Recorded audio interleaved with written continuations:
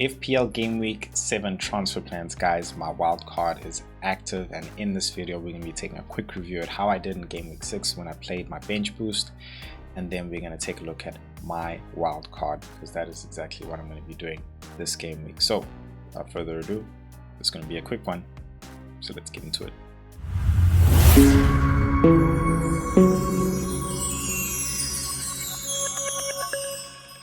The FPL Force rises with its very own web app coming soon. With every game week comes captaincy dilemmas, benching headaches, transfer doubts, and many more. So let the FPL Force guide you, not just through data-driven real-time analytics and recommendations so that you trust your every decision. I mean that feeling, that feeling you get inside, the one you call a hunch, your gut, a thing. Now that's the FPL Force, and only FPL Force managers have it within them. The FPL Padawan, the Engaged Knight, the FPL Master. But beware of the dark side. Silence as the FPL Force speaks. Will you wield the precision of the light side, or the power of the dark side? Take the quiz in the description below to discover your FPL Force persona and begin your journey to FPL Mastery with a 50% discount when the FPL Force web app launches. You could just be the one the prophecy speaks of. May the green arrows be with you.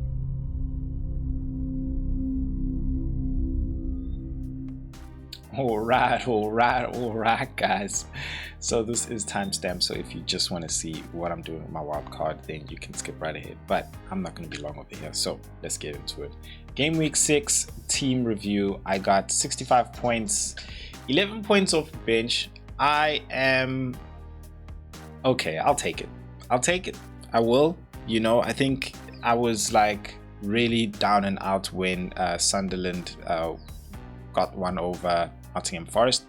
I expected better. Like, I'm not expecting Nottingham Forest to have gone and blown them out the wall. I just needed a clean sheet, in all honesty. That's all I needed. And yeah, Diouf came through for me, to be all honest. I think what made it better was that as much as I got the two players playing against him with his Tarkowski and Diouf, a lot of people have Tarkowski, so I actually needed Diouf to do better than Tarkowski, and he did actually. And it's such a weird thing, because I don't know if you guys saw Diouf's assist, but he basically crossed the ball in, and Keane was attempting to clear it out with the header, but technically, like, he just hit it up and it just went to the next guy behind him, so it landed on Bowen. And they changed the rules this year specifically, where they were like, no, look, if a player is like crossing, his intent is to get the ball to a specific player, like in this case, it was to a player in the box. That ball is never going to reach Bowen. They will give the assist to that player who crossed the ball, because the intent was to get the ball to a player to score. So when I saw the goal, I was like, hey, you know what? They could give him the assist there technically based on the rules. And I was like, but maybe logically they'll be like, look, it wasn't going to reach Bowen, they're not going to give it to him. But they did. So I guess, that's just how he's been getting his assist. And he's been ticking along very well. Hey, like, he's actually been getting some points. So happy to have got some points off of him, especially in this case. But in all honesty, I am disappointed by the bench boost. I was really hoping for like I'm one short of 12 points, but I was really hoping for like a 15 pointer, 17 pointer, something like that, But 11 points, bro, I'll take it, dog. I ain't gonna lie to you, I'll take it. Like, I'll definitely take it. So, yeah, happy with that. In terms of the rest of the team, like, there's nothing much to say. Everybody blanked besides Haaland and Senesi, This was my original team before I've actually even wildcarded, so I didn't expect much, in all honesty. The team hasn't been performing well, as you can see by my rank. So really excited that I'm going to be wildcarding now. I expect like a turn of events to start happening. Like I expect my rank to start growing. Ain't nothing else. Nothing else. My rank just best grow from here, dog. So there are a few players I'm going to be getting rid of here. Not a lot of them. I did have 2 free transfers and I made them on Reinders and Haaland, and then I did actually take a hit.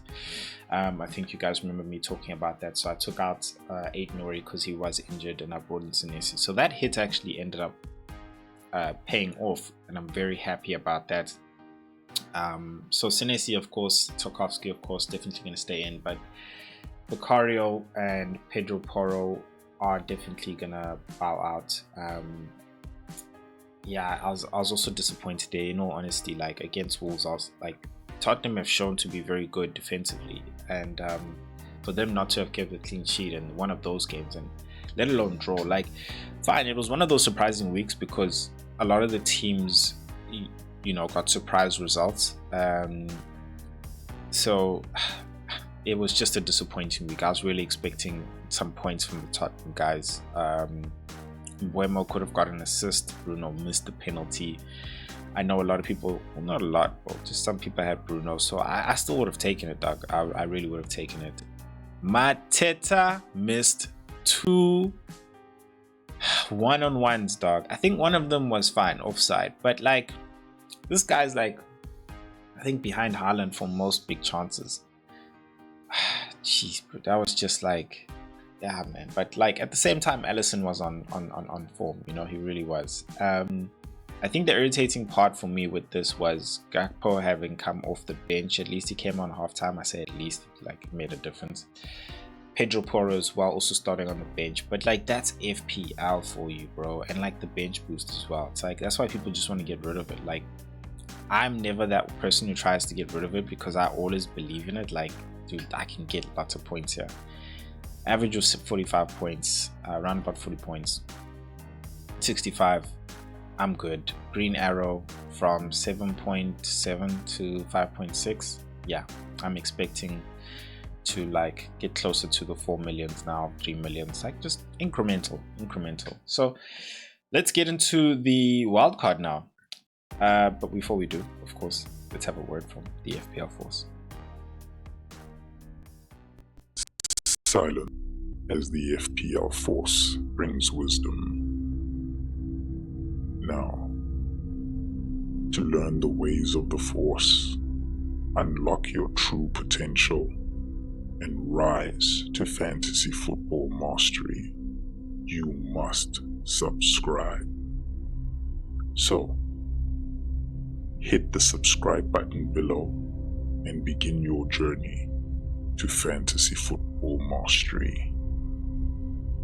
May the green arrows be with you. All right. So let's get to it. Where's the wild card? Here we go. Cool.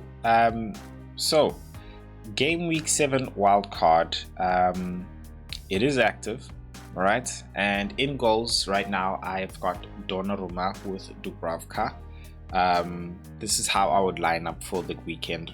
I'm gonna go Timber and Calafiori in terms of a double Arsenal there. I just feel like I've explained this. My meta going into my wildcard now is with my 5 defenders, I want to have 2 attacking defenders and 3 Defcon monsters. I feel like, yeah, I will Defcon this, Defcon that, Defcon this. Hey guys, you can't ignore it, eh? It is what it is. It's doing the business, you know. And I'll put it to you like this: imagine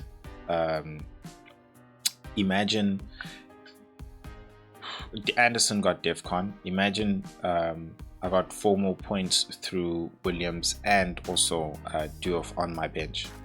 Like, bro, that takes my thing from 11 to like that 15 that I was wishing for. And that's basically what Defcon does, you know. So for example, Senesi's there, he's playing against Fulham. You know, I mean, I got Tarkowski against Crystal Palace. They should score. Crystal Palace is in form, but I expect Senesi to do well.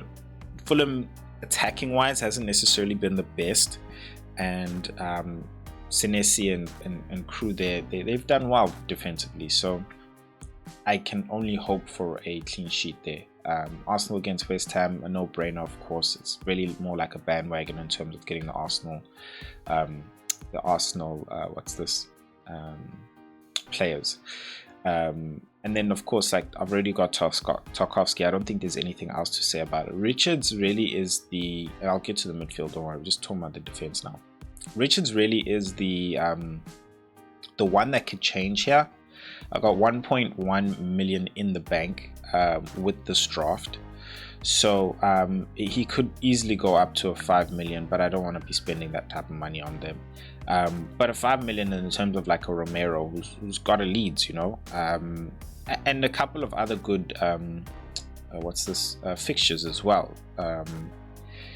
It's just after this past game week, like he was in my game week 6 wildcard draft, and I was just like, bro, you know, in a game where you are struggling, I expected you to get some defcon, and he just didn't. He just didn't. Whereas Richards is, you know, he's getting that defcon. I don't want to go Anderson because right now I just wouldn't be playing him. And I'm like, I want to get a piece of that Crystal Palace action right now where they're doing really well.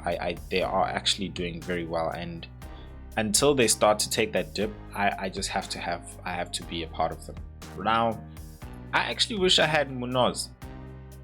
And I know you guys are thinking, hey, Cat, you know, Calafiori, Timber is risky. Look, hey, man, I've been looking at these guys start, and they've been starting, you know.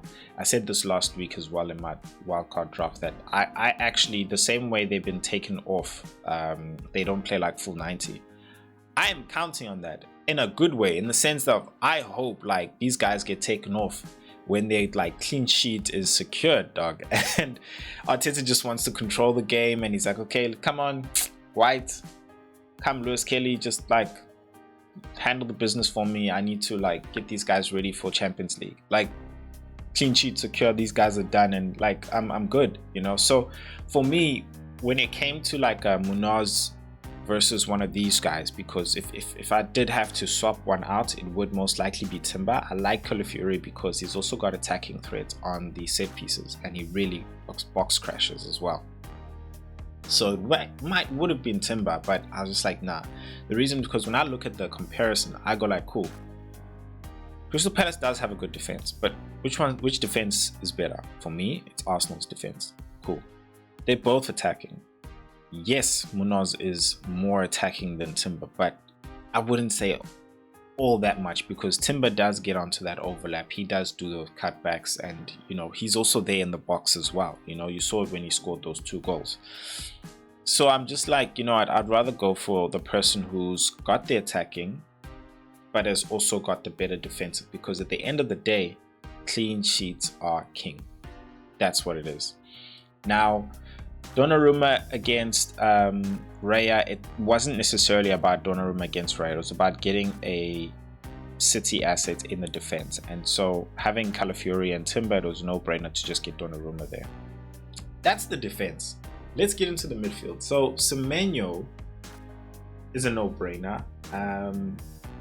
Minte, I say let's look at Reinders as well. No-brainer. Nothing to speak about. Let's talk about Sarr first. Now, Sarr, Minte, and Anthony are debatable for me. Those are the guys who could change in this wildcard. Not in the sense of I don't want them or whatever, but like even in building the wildcard, there's options here. You know, there really is. Like one of the guys I was thinking about was Paqueta. Guy hit DEFCON again. It's 3 DEFCON out of 6 game weeks, and he's on penalties. He's looking good. Nuno as well. He is really tempting, really tempting, and I think I can actually get him. I actually can get him. I can change Anthony to him. Sarr is really just my way into that Palace team, the way I was telling you about. His XG has been very good, very high. So I think if anything, he's definitely going to stay between, you know, Minte, him, and Anthony. It's like getting an extra penalty taker, which I'm thinking about, like, man, you know. So yeah, that's Sarr for me. And I guess another option when now talking about Minte, he's not necessarily that out and out for me, like getting like goals and stuff like that. Anthony's doing that. He's getting the goals. So that's where the debate becomes, is like, look, if you're going to swap somebody out, Anthony's in form, dog. He is in form. The only issue is like he's playing for Burnley. You got some good fixtures coming up though. In all honesty, that Aston Villa game is actually a good fixture. Leeds, good fixture. Wolves, good fixture. But you can't ignore that he plays for Burnley. And like the weird thing is like he's still returning, dog. He is still returning at a good price. 5.6, man. 5.6. So he's soaking up a lot of that goal share in that Burnley team. And they're going to score goals and he's going to be involved. So it's hard to ignore his form, because I think I don't want to be one of those managers where later on down the line, as much as we're looking at like even midfield DEFCON monsters, for me, I'm just like, no, my DEFCON guys are in the defense. My midfield, attack, and so that's why it wasn't even an option to bring in like a DEFCON type of a guy now in the midfield. I was considering one in my previous draft, like Gameweek 6, which was like a Casado. But then I was like, nah, if you really want somebody to come in and do DEFCON like from the midfield, I'd rather bring in a defender who I know has got a good fixture as well and can just get DEFCON. So that was my logic and thinking there. And I know you're probably asking me like, okay, Kat, what about Stack? Is it Stack? I think it's Stack from Leeds United.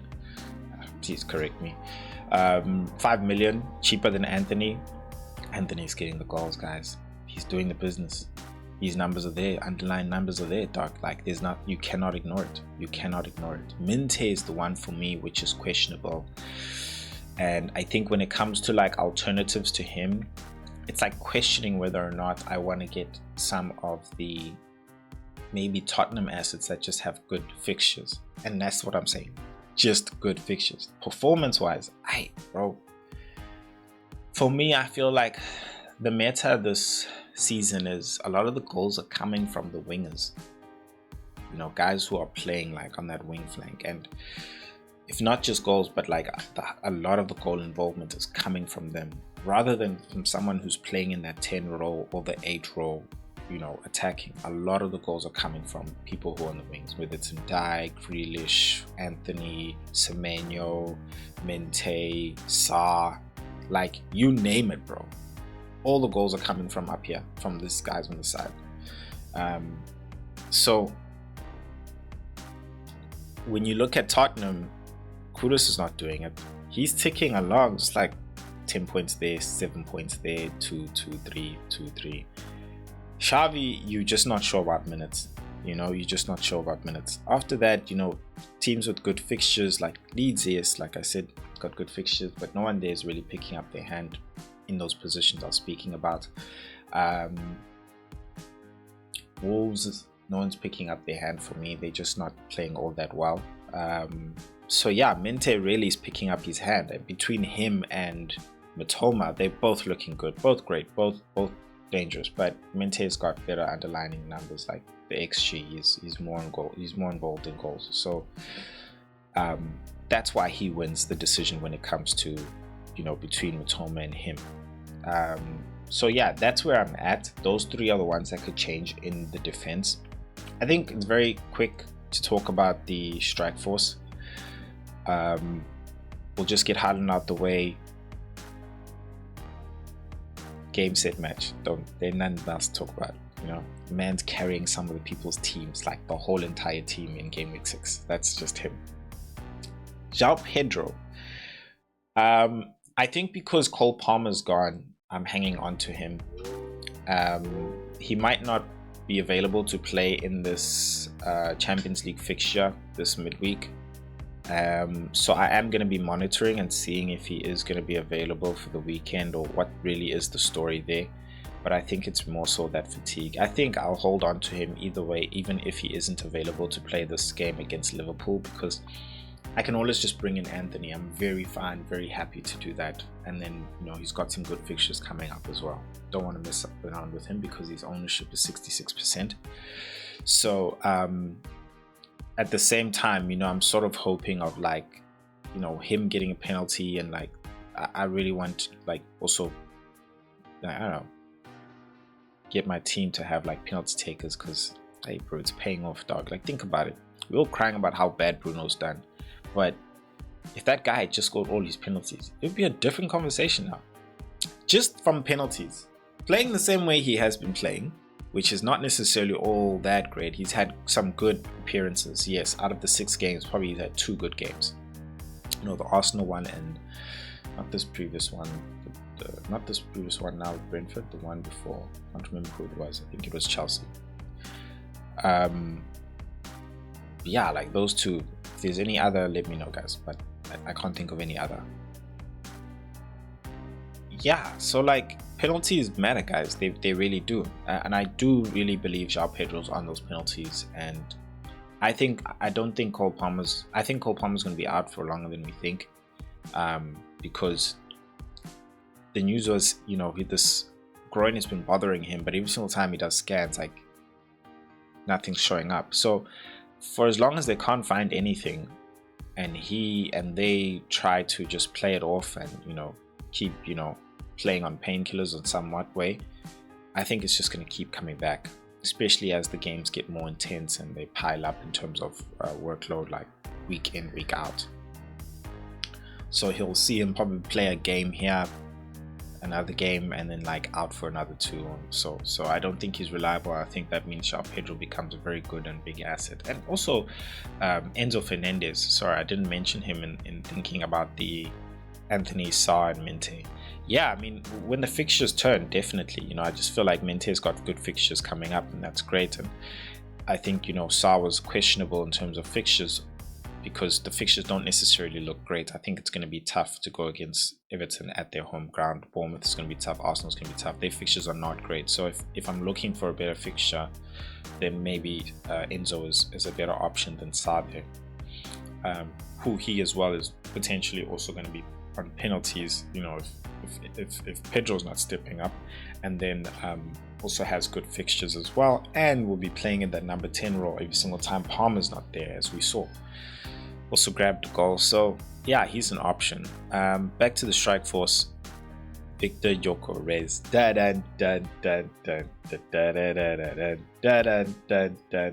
Sorry, that's the song Arsenal fans sing for him. Really catchy, love it, love his song. Gyökeres is another, you know, topic. Look, from what we've got so far in these 6 game weeks, you know, we all believe he's more so of a flat track bully. So he does well against like the smaller, the weaker teams. This West Ham game is not the game we thought it's going to be, because of the appointment of Nuno Espirito. Because of Nuno, can't say his full name right now. So it's I think it's going to be a lot tougher for him, but maybe I'm being narrow-minded, and being an Arsenal fan, I cannot see anybody else right now. Like, yeah, there's an Isak. I think Ekitike is going to play in the Champions League, and Isak will get some minutes, but I think Isak will start that game against Chelsea. Isak hasn't necessarily gotten into stride. I mean, Arne Slot said it himself that like he is only really going to start looking better and really getting into the flow after this international break that's going to be coming up. So I don't want to be jumping onto him right now. His fixtures will turn, of course, and for me, that's what I was thinking of doing, like later on then, and you know, I've got that money there that could take me up to 10 million.